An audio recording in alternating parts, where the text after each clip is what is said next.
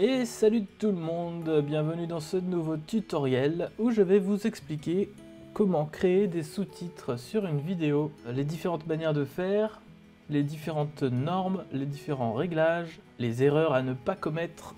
L'idée c'est de vous faire gagner un temps énorme pour la création de sous-titres sur Adobe Premiere Pro CC. C'est parti, donc simplement on va créer une séquence à partir de cet extrait. C'est un extrait de film que nous sommes en train de terminer avec mon frère. C'est une simple conversation téléphonique. Oui, bonjour, c'est Monsieur Jarreau. Voilà. Tout ça, on s'en fout, on va tout couper. Première chose, on serait tenté simplement de commencer par créer en fait un titre. Alors déjà, ce n'est plus disponible ici dans la nouvelle version de Premiere. Mais ils ont créé dans leur menu en haut une section Titles avec toutes les propriétés de la police, tout cela. C'est sûrement beaucoup plus pratique qu'avant, ça évite d'ouvrir une nouvelle fenêtre qui prenait beaucoup de ressources pour ce que c'était, je trouvais. Mais de toute manière, ce n'est pas la bonne façon de faire, c'est très bien pour créer un titre, effectivement, mais pas pour créer des sous-titres. C'est beaucoup trop fastidieux, ça prend beaucoup trop de temps. Et surtout, en fait, ça vous permet pas d'avoir toutes les options que les sous-titres sont censés donner. En fait, les sous-titres s'appellent légendes. Donc on va créer de nouvelles légendes.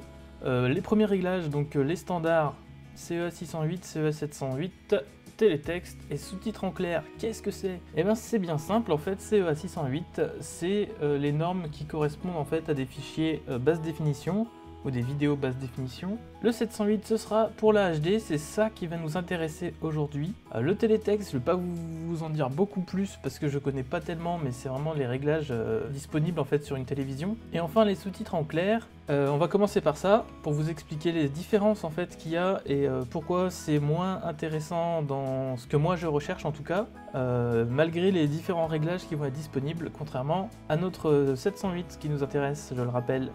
Donc les sous-titres en clair, on a déjà des premières options ici, qui sont simplement les options de votre vidéo que vous pouvez modifier.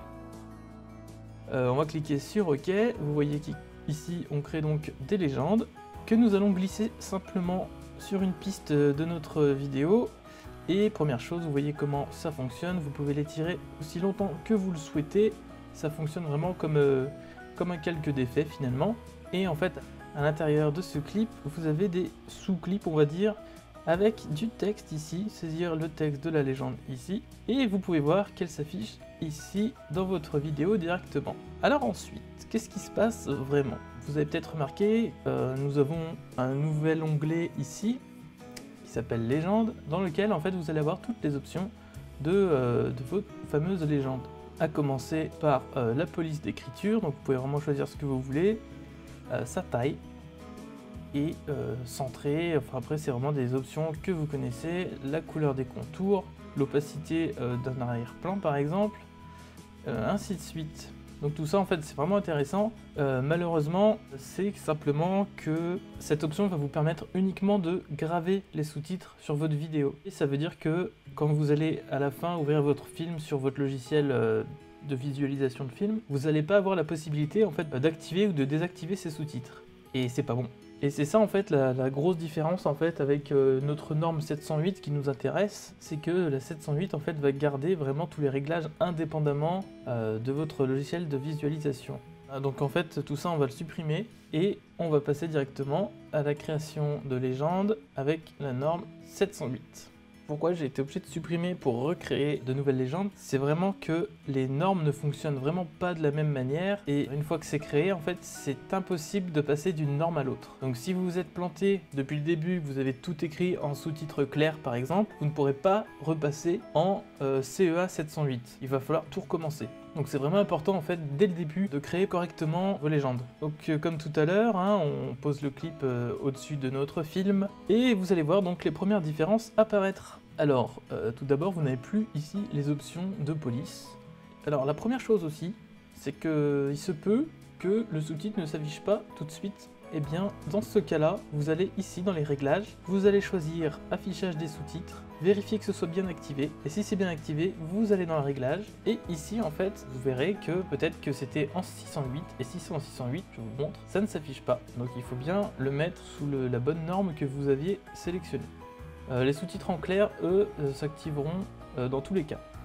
L'autre différence, c'est que ici vous avez aucune typo qui correspond sûrement pas à ce que vous souhaitez, c'est presque illisible, mais ne cherchez surtout pas à les changer, c'est pas possible. En fait, ce qui va se passer, c'est que de toute façon, ça ne s'affichera jamais comme ça sur votre lecteur. En fait, l'intérêt d'avoir cette norme 708, c'est de laisser la possibilité de modifier en fait la typo, par exemple sa taille, son épaisseur, sa police, pourquoi pas, directement dans votre lecteur de vidéo. L'idée en fait de cette norme, c'est de pouvoir activer et désactiver ce sous-titre, et ensuite de pouvoir le modifier selon ce que vous cherchez, si vous voulez que ce soit plus grand ou plus petit. Avec les sous-titres en clair, ça c'est pas possible. C'est pour ça que vous avez toutes ces options dès le début, parce qu'en fait le sous-titre aurait été gravé dans le film. Tandis que là c'est vraiment activable, désactivable, et c'est pour ça que c'est bien plus intéressant. Ensuite, on va avoir un autre problème, entre guillemets, qui n'en est pas un. Je vous explique, parce que si vous ne le savez pas, vous allez pas bien comprendre. Déjà, on le voit d'ailleurs ici, c'est bien écrit saisir le texte de la légende. Alors, comme vous l'aurez compris, ici, c'est notre légende, notre sous-titre, et vous voyez que il manque le C de ici. Et si j'en rajoute, en fait, ce sera toujours mon dernier caractère qui va s'afficher. Qu'est-ce qui se passe en fait? C'est simplement qu'il y a une norme, alors je ne sais pas si c'est une norme française, une norme européenne, ou même selon la chaîne de télé qui vous demandera des sous-titres, c'est que nous sommes limités à 42 caractères. Et si on les compte, il y en a peut-être déjà 50 ici. Si ça fait plus, c'est simple, il faut enlever ce qu'il y a en trop et créer une nouvelle légende ici avec le plus, que vous pouvez supprimer avec le moins, voilà, il disparaît, pour coller la fin de votre phrase. Alors comment ça fonctionne? Donc vous avez en fait ici, dans ce panneau-là, vous allez avoir tous vos sous-titres à la suite avec un timecode qui correspond à l'entrée et la sortie du sous-titre que vous êtes en train de lire. Donc là, on voit qu'il commence dès le début de la vidéo et il va disparaître au bout de 3 secondes. À 3 secondes, vous avez le deuxième qui apparaît. Bon, bah déjà, on va peut-être commencer par écrire les bonnes paroles. Et surtout, notre légende, nous, elle devrait commencer un peu plus tard.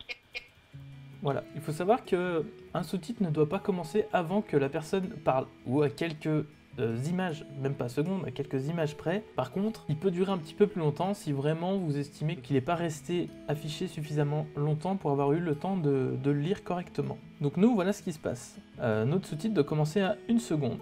Donc on peut simplement modifier ici qu'il commence à 1 seconde. Et ici, vous verrez que mon premier texte commence bien à 1 seconde et se termine toujours à 3 secondes. Pour l'instant, on va juste écouter ce qu'elle raconte. Cabinet des psychologues Saint-André et Michaud, bonjour. C'est simple, on va écrire.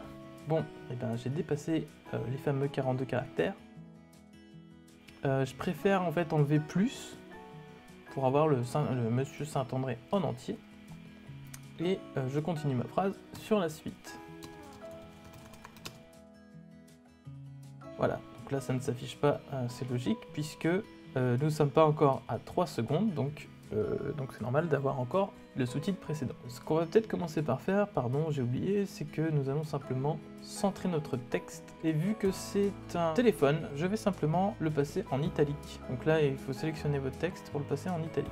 Alors ce qui se passe, c'est que moi je veux que le Saint-André et Michaud bonjour commence un petit peu plus tôt, donc je vais lire en même temps, et je vais voir à partir de quand j'estime que j'ai suffisamment eu le temps de lire la première partie de la phrase. Cabinet des psychologues Saint-André. Ça va être à peu près par là, il faut surtout jamais hésiter à zoomer pour faire des choses propres. Vous avez également la possibilité, plutôt que d'aller chercher le timecode à chaque fois, simplement là, vous avez des poignées qui vous permettent en fait de modifier directement votre timecode à partir d'ici. Alors il y a un calcul à faire en fait aussi qui estime, je ne sais plus, qu'un être humain est capable de lire à je ne sais plus combien de millièmes de seconde par caractère. Mais ça me semble un petit peu délicat de faire des calculs à chaque sous-titre, surtout quand il y en a beaucoup, donc je préfère en fait faire comme ça, lire simplement et voir si c'est suffisant ou pas. Je pense que ça suffit.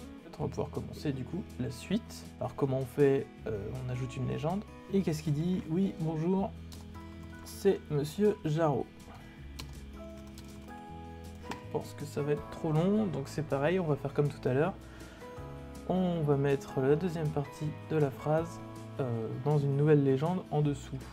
Et là par contre on va enlever l'italique étant donné que c'est lui qui parle. Bonjour, c'est Monsieur Jarreau. Hop, vous verrez aussi que quand vous créez une nouvelle légende ici, ça s'affiche automatiquement après. Donc comme tout à l'heure, il ne faut pas que le texte commence avant qu'on l'entende parler.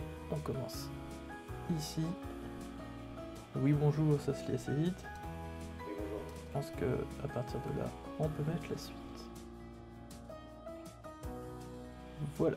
Alors il y a certaines règles à respecter dans les sous-titrages, notamment donc cette règle de nombre de caractères par ligne. Donc bien sûr, c'est pas toujours respecté selon ce que vous regardez. Vous avez des normes comme ça qui seront exigées en fait par les chaînes de télé ou même sur un sous-titre en DVD. Bon voilà, là c'est assez simple et assez rapide, hein. L'idée c'est juste bien sûr de vous montrer comment ça fonctionne. Vous remarquerez déjà combien c'est pratique en fait de tout avoir dans un seul clip. Ensuite là vous avez d'autres options, vous pouvez rechercher. Par exemple, une fois que vous avez 200 sous-titres d'inscrits, moi je cherche quand il parle du monsieur Michaud, je sais plus à quel moment c'est, et ben je vais taper Michaud là-haut et il va automatiquement me trouver toutes les légendes qui correspondent avec le nom Michaud inscrit dedans. Voilà, c'est aussi simple que ça c'est vraiment pratique et ça peut vous faire gagner encore du temps. Et enfin le type qui est là, c'est la façon dont le sous-titre va s'afficher. Donc quand c'est déroulant, en fait, ça va afficher le sous-titre de gauche à droite. Ce sera animé, on va dire. Ça va pas s'afficher d'un seul coup. Moi, ça ne m'intéresse pas, donc je vais laisser pour l'instant comme ça. Tout ce qui est fond, le fond noir, par exemple, la typo, les espaces, tout ça, vous verrez, ça va se gérer plus tard. Encore une fois, sur votre logiciel vidéo. Bon, et ben maintenant, donc on va voir l'export. Comment fonctionne l'export. Donc vous allez dans Fichier, Exportation média, exactement le même principe que rendu du film en fait. Si votre film est déjà rendu, ça sert à rien de refaire ici un rendu simple. Ça sert à rien, ça va prendre 10 plombes. Sur un film de 20 minutes, ça va prendre 10 heures d'export. Alors que moi, par exemple, si je l'ai déjà, ce film, ce qui m'intéresse, c'est uniquement d'avoir les sous-titres à côté. Eh bien, vous allez directement ici dans sous-titres, option d'exportation, créer un fichier sidecar. Donc là, vous voyez que vous avez plusieurs options. Aucun, c'est simple, vous allez faire un rendu du film entier, sans sous-titres, sans rien, et vous allez simplement avoir votre fichier film. Ensuite, créer un fichier sidecar, ça c'est notre option qui nous intéresse. Donc si vous faites exporter, ça va faire le rendu de votre film, ainsi qu'un fichier en fait à part, qui est vraiment le fichier de format sous-titres. C'est celui-là qui nous intéresse, et du coup là vous allez avoir votre film d'un côté, et votre fichier de sous-titres à côté. Donc notre export est terminé, mais je vais vous montrer avant que vous auriez pu exporter uniquement en fait vos sous-titres. Directement ici en fait, vous cliquez droit sur vos légendes, vous pouvez faire directement ici exporter le média tout en bas, et en fait vous avez la même présentation que tout à l'heure, sauf que en fait vous allez avoir encore deux fichiers, un fichier film et un fichier sous-titres, mais le fichier film vous pourrez le supprimer après, en fait c'est vraiment une vidéo noire. L'autre option que vous avez là, c'est graver les sous-titres sur la vidéo, et ça permet effectivement, quand vous faites un rendu vidéo, d'avoir les sous-titres gravés. C'était la seule option que vous aviez avec le sous-titre en clair. Il fallait soit les graver, soit pas les voir. L'avantage, c'est que vous pouvez créer un fichier sidecar. Il sert justement à garder cette option de l'afficher ou non ensuite quand vous visualisez le film sur votre logiciel vidéo. Voilà. Et d'ailleurs, nous allons passer au logiciel vidéo. Donc quand vous avez fini votre export, voilà ce que vous avez. Votre film d'un côté et votre point SRT de l'autre.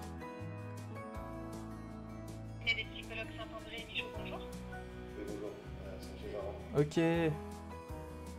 Comme vous venez de le voir, en fait, les sous-titres sont automatiquement affichés. En fait, il va automatiquement trouver le fichier sous-titres lié avec. Donc voilà, ça s'affiche. Vous voyez que ça n'a rien à voir avec l'affichage qu'on avait sur Premiere. Et surtout, vous avez la possibilité donc de désactiver cette piste. Voilà. Donc là, vous avez votre film sans sous-titres.